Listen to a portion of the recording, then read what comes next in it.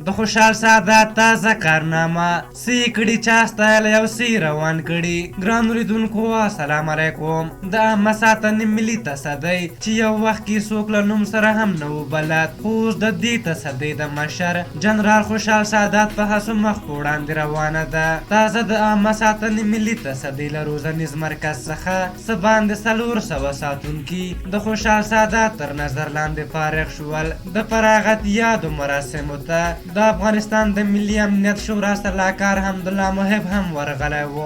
محب مراسمو ته په وینا کې د عامه ساتنې ملي تصدۍ له عمومي رئیس ښاغلي خوشحال سادات څخه مننه وکړه چې تصدۍ دغه سټیج ته ورسوله او د ښاغلي محب په ټکو د کوم کار توقع چې په یو کال کې درلوده جنرال صاحب سادات هغه کار په 6 میاشتو کې وکړ او په وینا یې باور لري چې نږدې راتلونکي کې به محافظتي عامه نړیوال مارکیټ کې سیالي وکړي. ښاغلي محب وویل چې محافظت ټول محافظت عامې ته ورځي او له دې وروسته به پولیس خپلو دندو ته ګرځي او د ساتونکو رول به ساتونکو ته پرېږدي. د محافظت عامې لوی رئیس جنرال خوشحال سادات په خپلو خبرو کې د افغانستان د ملي امنیت شورا سلاکار حمدالله محب له ورتګ مننه وکړه او هغه ته د محافظت عامې د ترسره شویو اقداماتو او راتلونکو پلانونو په اړه معلومات ورکړل. ښاغلي سادات فارغ شویو ساتونکو ته مبارکي وویله او ترې ویې غوښتل چې سر له شنبې خپلو دندو ته لاړ شي،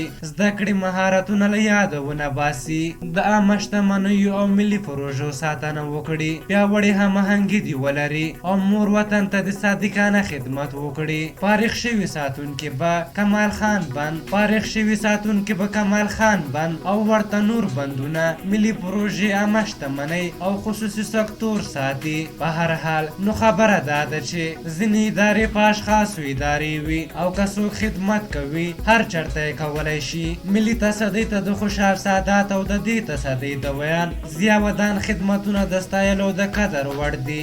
دوی دي چې تصدۍ پر مخ روانه ده او دغه تصدۍ په خلکو وپېژندله. په هر حال تاسو د جنرال صاحب خوشحال سادات په هکله څه نظر لرئ؟ خپل نظرونه م راته په کومنټ کې ولیکئ. که زموږ ویډیو مو خوښه شوې وي ضرور لایک کړئ. تر بلې ویډیو مو په لویه بخښونکي خدای سپارم. د الله په امان.